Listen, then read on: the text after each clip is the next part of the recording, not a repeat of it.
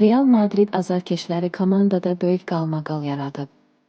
Kylian Mbappe'nin klubdan göndərilməsi üçün başlanan Mbappe out petisiyası artıq rekord həddə çatıb və 1.278.000-dən çox insan bu tələbi imzalayıb. Bu kampaniya sosial şəbəkələrdə sürətlə yayılır və futbol dünyasında ciddi rezonans doğurur. Azarkeşlərin bu qədər kəskin reaksiya verməsinin əsas səbəbi isə futbolçunun davranışları ilə bağlı iddialardır. Məlumatlara görə Mbappe'nin intizam problemləri var. O bir neçə dəfə komandanın rəsmi tədbirlərini gecikib və məşqlər zamanı klub əməkdaşlarına qarşı qeyri-etik davranış sərgiləyib.